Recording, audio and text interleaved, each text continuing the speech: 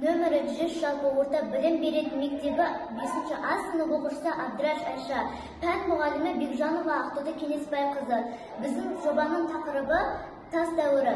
Тас дәуірі тарихтың ең алғашқы кезеңі болып саналады.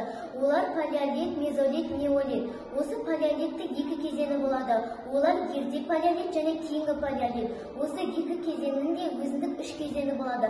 Олар олдовик және мусте және аште болып саналады. Осы үш кезеңде де кейінгі және ерте палеолитке жатады. Палеолит дәуірінде соңғы палеолит дәуірінде мұз басу дәуірі басталды. Ары қарай бізде мезолит дәуірі кетеді. Мезолит дәуірінде барлық мұздардың барлығы еріп, жерде көптеген сулар, шөптер, ағаштар көбейіп кетеді. Осылардың арқасында бізде қайық пайда болады.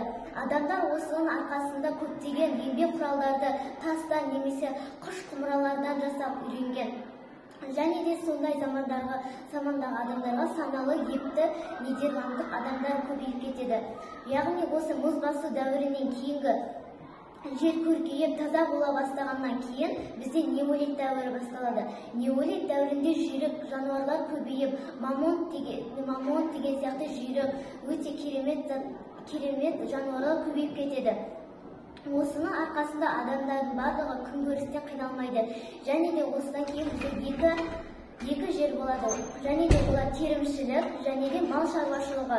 Осы екі кезеңде адамдар бір-бірімен жақсы араласып тобыр шығады.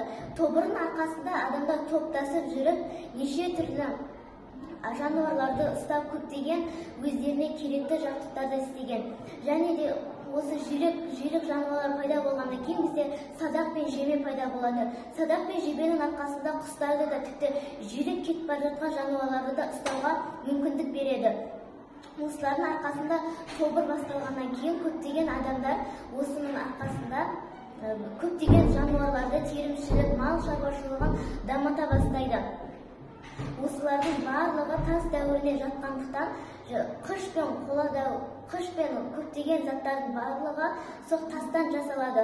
Тастан жасалғаннан кейін бізде неолит дәуірінде адамдар көптеген заттарды жасап садақ пен жебе пайда болғаннан кейін олар жануарларға атып мал шаруашылығын атып, малдардың барлығы өздері барлығы бағып, кей кездері аш қалған кезде соларды сойып жеп үйренген. Және де отты пайдаланып үйренгеннен кейін, оларды ағашты үйге отырып от шығарып білгеннен кейін, сол еттердің барлығын пісіріп жеген. Назарларыңызға